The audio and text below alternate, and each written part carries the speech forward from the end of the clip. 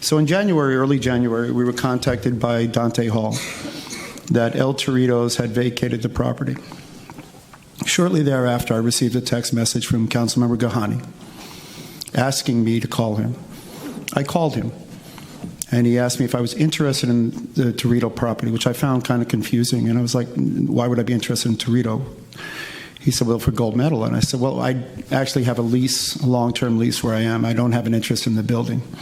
He said, would you be interested in a portion? I said, no, I don't. I said, why? He says, well, I'm interested in it. I said, for what?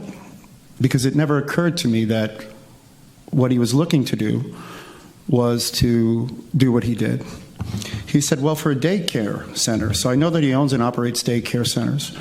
And so I said, is it for someone that you know? Because if that's the case, then, he says, no, it's for me. I said, is it zoned properly? Because my recollection of the property across the street, it was zoned for a restaurant, and that's a C designation. And he said, no.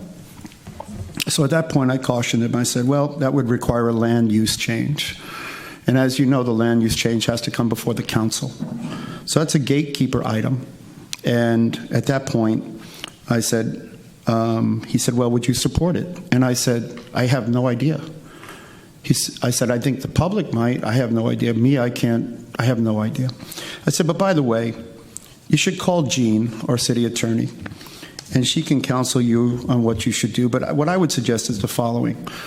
At the point where you have a conflict of interest, you have to recuse yourself from the discussion.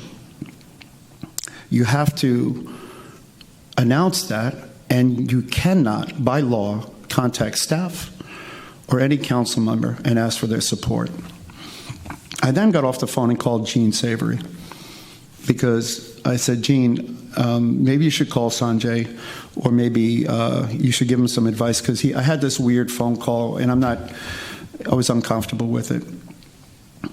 After further conversations, I became aware that that conversation occurred with Dante, and I became aware that the conversation occurred with Jeff Moneta.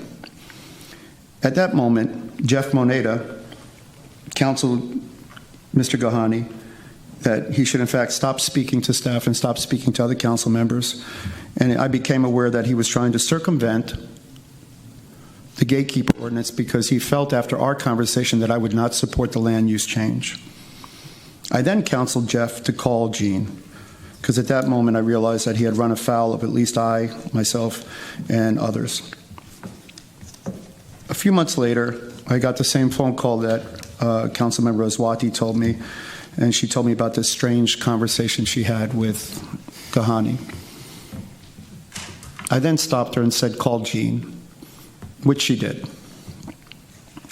And I said, I think inadvertently you may be being dragged into a violation. Did you pledge support? And she said she had not, but he had threatened her. And I said, call Jean, which she did. The same conversation happened with the mayor.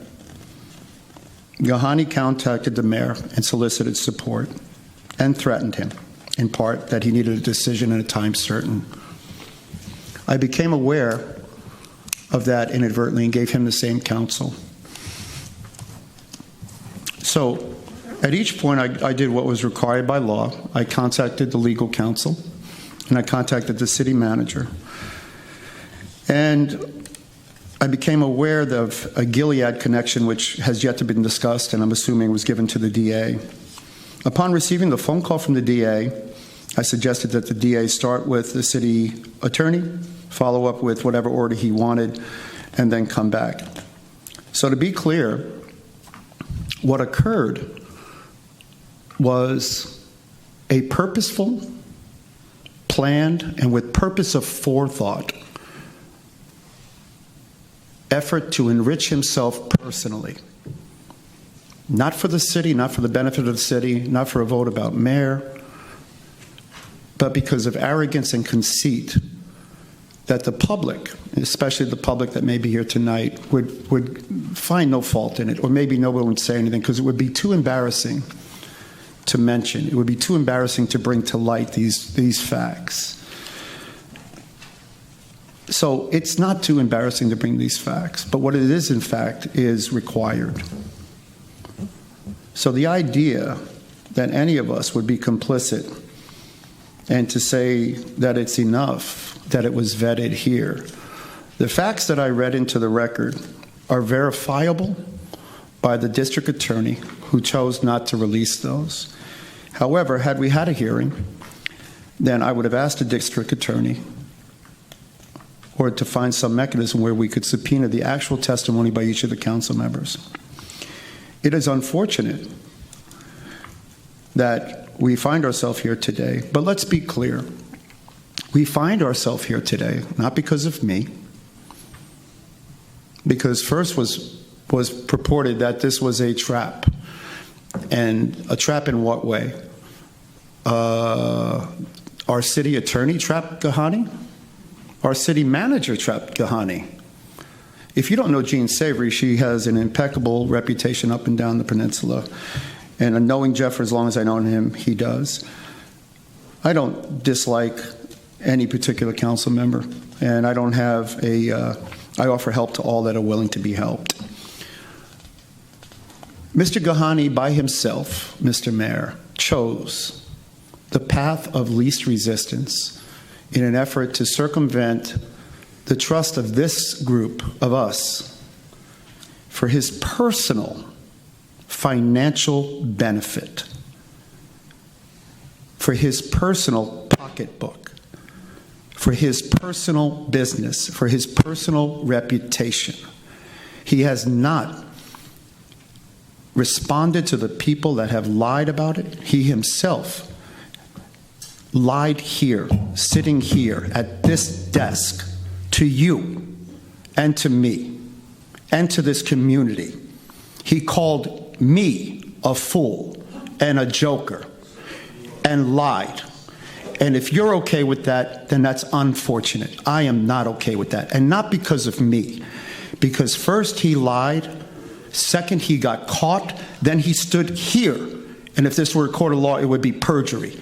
It is unacceptable, and it should be unacceptable to you. Now, if I'm angry about that, I have every right to be, because the residents are angry about that. That anyone would choose to use this office. You've been accused of it. I've been accused of it. She has been accused of it. And there is no proof to that. And the fact that you would allow that to stand in here is disrespectful to us. Because on a daily basis, we have to defend our actions, and this individual has stained us, stained you, stained all of us. And for you not to allow that to be part of a hearing is unfortunate. Quiet, please. Quiet.